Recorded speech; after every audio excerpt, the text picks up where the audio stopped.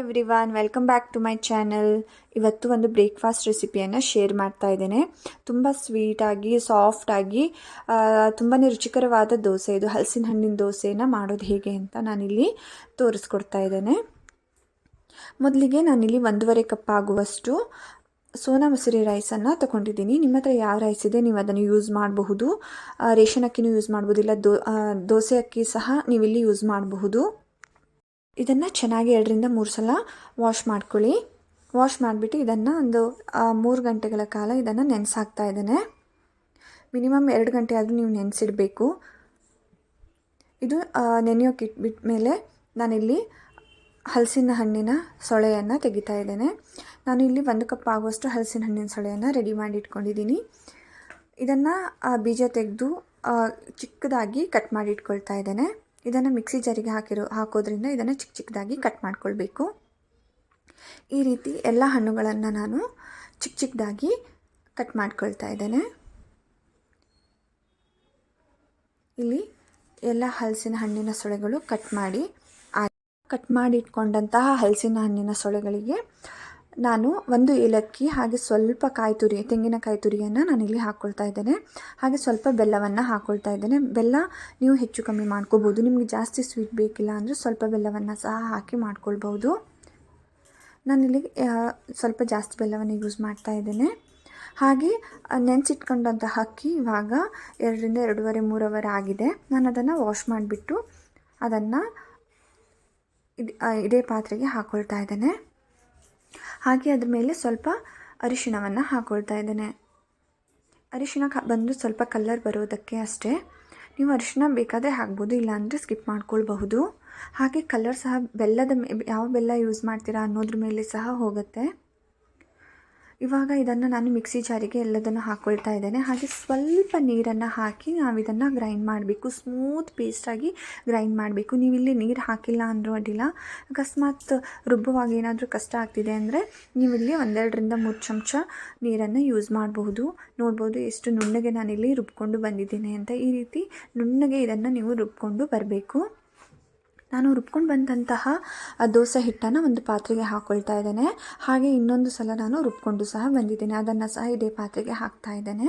ಇದನ್ನು ಚೆನ್ನಾಗಿ ಮಿಕ್ಸ್ ಮಾಡ್ಕೊಳ್ತಾ ಇದ್ದೇನೆ. ನೋಡಬಹುದು ಕಲರ್ ಎಷ್ಟು ಚೆನ್ನಾಗಿ ಬಂದಿದೆ ಅಂತ. ಹಾಗೆ ಸ್ಮೆಲ್ ಸಹ ತುಂಬಾ ಚೆನ್ನಾಗಿ ಬರ್ತಾ ಇದೆ. ಹಲಸಿನ ಹಣ್ಣಿನ ಪರಿಮಳನೇ ತುಂಬಾ ಚೆನ್ನಾಗಿ ಬರ್ತಾ ಇದೆ. ಹಿಟ್ಟು ಇದೇ ಹದಕ್ಕೆ ಇದನ್ನು ತೆಳ್ಳಗೆ ಮಾಡೋದಕ್ಕೆ ಹೋಗೋದು ಬೇಡ. ಹಾಗೆ ಇವಾಗ ಇದಕ್ಕೆ ನಾನು ರುಚಿಗೆ ತಕ್ಕಷ್ಟು ಉಪ್ಪನ್ನು ಹಾಕ್ಕೊಳ್ತಾ ಇದ್ದೇನೆ.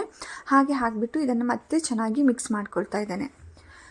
ಹಿಟ್ಟು ಇವಾಗ ರೆಡಿಯಾಗಿದೆ. ನಾನಿವಾಗ ದೋಸೆ ತೆಗೆದು ಸಹ ತೋರಿಸ್ತೀನಿ. ಒಂದು ನಾರ್ಮಲ್ ದೋಸೆಯನ್ನು ತೆಗೆದು ತೋರಿಸ್ತೀನಿ, ಇನ್ನೊಂದು ತೆಳ್ಳಗೆ ದೋಸೆ ತೆಗೆದು ಸಹ ತೋರಿಸ್ತೀನಿ. ಎಷ್ಟು ಚೆನ್ನಾಗಿ ಎದ್ದು ಬರುತ್ತೆ ಅಂತ ನೀವೇ ನೋಡಬಹುದು.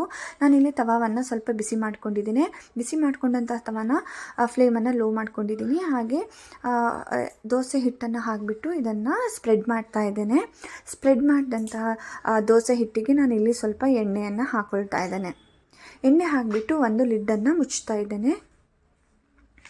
ಇದು 1-2 ನಿಮಿಷ ಏನು ಮುಚ್ಚಳವನ್ನು ಮುಚ್ಚಿದರೆ ಅದನ್ನು ತೆಗೆದುಬಿಟ್ಟು ದೋಸೆಯನ್ನು ನಾವು ಮುಗಿಸಿ ಹಾಕಬೇಕು.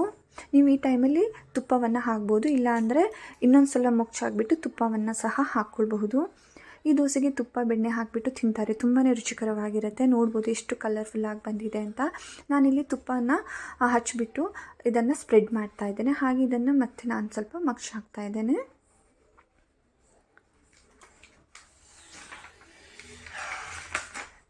ನೋಡಿ ಇದು ಎಷ್ಟು ಚೆನ್ನಾಗಿ ಕಲರ್ ಬಂದಿದೆ ಅಂತ. ಇದು ಬೆಲ್ಲ ಹಾಕಿರೋದ್ರಿಂದ ಎಷ್ಟು ಚೆನ್ನಾಗಿ ಕಲರ್ ಬಂದಿದೆ. ಹಾಗೆ ತುಂಬ ರೋಸ್ಟ್ ಆಗಿದೆ, ತುಂಬಾ ರುಚಿಕರವಾಗಿದೆ.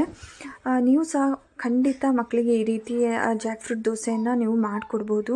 ಈ ಮಳೆಗಾಲದಲ್ಲಿ ಮಳೆಗಾಲ ಸ್ಟಾರ್ಟ್ ಆಗಿದೆ. ನಾವು ಇವಾಗ ಮಾವಿನ ಹಣ್ಣಾಗಲಿ ಹಲಸಿನ ಹಣ್ಣಾಗಲಿ ತಿನ್ನೋದಕ್ಕೆ ಹೋಗಬಾರ್ದು. ನೀವು ಈ ರೀತಿ ದೋಸೆ ಇಲ್ಲ ಇಡ್ಲಿ ಮಾಡಿ ತಿನ್ನೋದ್ರಿಂದ ಹೆಲ್ತಿಗೆ ತುಂಬ ಒಳ್ಳೆಯದು. ಹಸಿ ಹಣ್ಣನ್ನು ತಿನ್ನೋಕೆ ಹೋಗ್ಬಿಡಿ, ಕೆಲವೊಂದು ಸಲ ಹೊಟ್ಟೆ ಹಾಳಾಗುತ್ತೆ. ಇವಾಗ ನೋಡಿ ನಾನು ಒಂದು ತೆಳ್ಳಗೆ ದೋಸೆಯನ್ನು ತೆಗೆದು ಸಹ ತೋರಿಸ್ತಾ ಇದ್ದೇನೆ. ನೋಡ್ಬೋದು ಎಷ್ಟು ತೆಳ್ಳಗೇನು ಇದು ಎದ್ದು ಬರುತ್ತೆ ಅಂತ. ನಿಮಗೆ ಸ್ವಲ್ಪ ದಪ್ಪ ಬೇಕಂದ್ರೂ ದಪ್ಪ ತಗೊಳ್ಬಹುದು. ನಾನಿಲ್ಲಿ 2 ರೀತಿಯ ದೋಸೆಯನ್ನು ನಿಮಗೆ ತೆಗೆದು ತೋರಿಸ್ತಾ ಇದ್ದೇನೆ. ನೋಡಬಹುದು ಎಷ್ಟು ತೆಳ್ಳ ದೋಸೆ ಸಹ ಎಷ್ಟೇ ಚೆನ್ನಾಗಿ ಎದ್ದು ಬರ್ತಾ ಇದೆ. ಅಷ್ಟೇ ಕಲರ್ಫುಲ್ಲಾಗಿ ಬಂದಿದೆ ಸಹ. ಇವಾಗ ಜಾಕ್ ಫ್ರೂಟ್ ದೋಸೆ ರೆಡಿಯಾಗಿದೆ. ನೀವು ಸಹ ಈ ರೀತಿ ಒಂದು ಸಲ ಮನೆಯಲ್ಲಿ ಇದನ್ನು ಮಕ್ಕಳಿಗೆ ಮಾಡಿಕೊಟ್ಟು ನೋಡಿ, ಅವರಿಗೆ ತುಂಬಾ ಇಷ್ಟ ಆಗುತ್ತೆ. ನೀವು ಸಹ ಮಾಡಿಬಿಟ್ಟು ನನಗೆ ಬಂದು ಕಮೆಂಟ್ಸ್ ಮಾಡಿ. ಈ ಹಿಟ್ಟನ್ನು ನೀವು ಹೀಗೆ ಇದನ್ನು ಫ್ರಿಜ್ಜಲ್ಲಿ ಇಟ್ಟರೆ ನೈಟ್ ಮಾಡಿಟ್ಟು ಮಾರ್ನಿಂಗ್ ದೋಸೆಯನ್ನು ತೆಗಿಬಹುದು. ಇಷ್ಟೇ ಚೆನ್ನಾಗಿ ದೋಸೆ ಎದ್ದು ಬರುತ್ತೆ. Thank you for watching. Please subscribe to my channel.